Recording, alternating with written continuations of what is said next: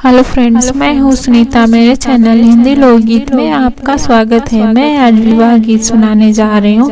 अगर ये वीडियो पसंद आए तो प्लीज़ लाइक, कमेंट, सब्सक्राइब करें और सब्सक्राइब के बगल में बेल आइकन है उसे प्रेस करना न भूलें, जिससे कि मेरे नए वीडियो की नोटिफिकेशन आपको मिलती रहे।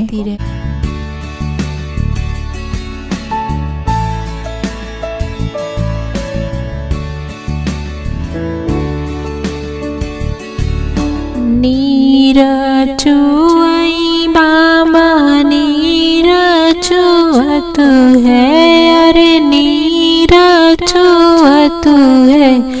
नीरचुआई दिन रात, नीरचुआई दिन रात।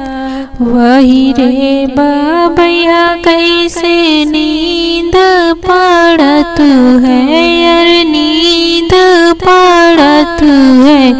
जैगा रे कन्या कुंवर, जैगा रे कन्या कुंवर। कुआवा के पनिया सुखाए गए बाबा, सुखाए गए बाबा। पुराई नगली को मिलाए, पुराई नगली को मिलाए।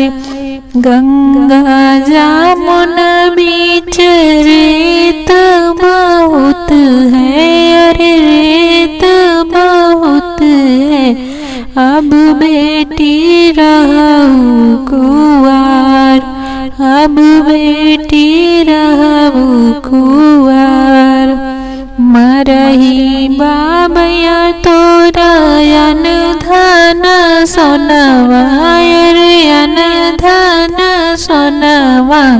मरही लाइनिया सारी गाय, मरही लाइनिया सारी गाय। मरही बाबैया तोरा राज दुलरुआ, अरे राज दुलरुआ।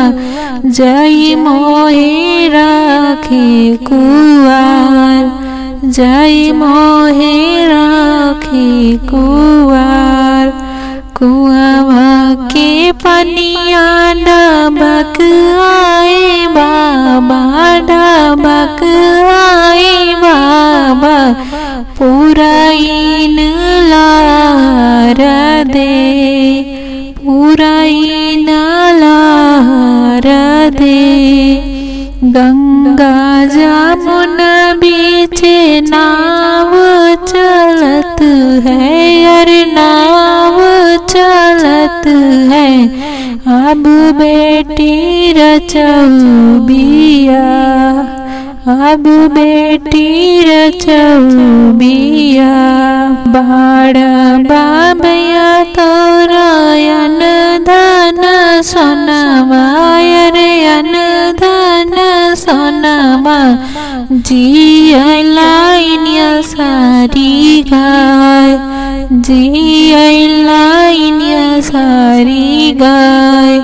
जिया बाबैया तोरा राज दुलरुआ, अरे राज दुलरुआ।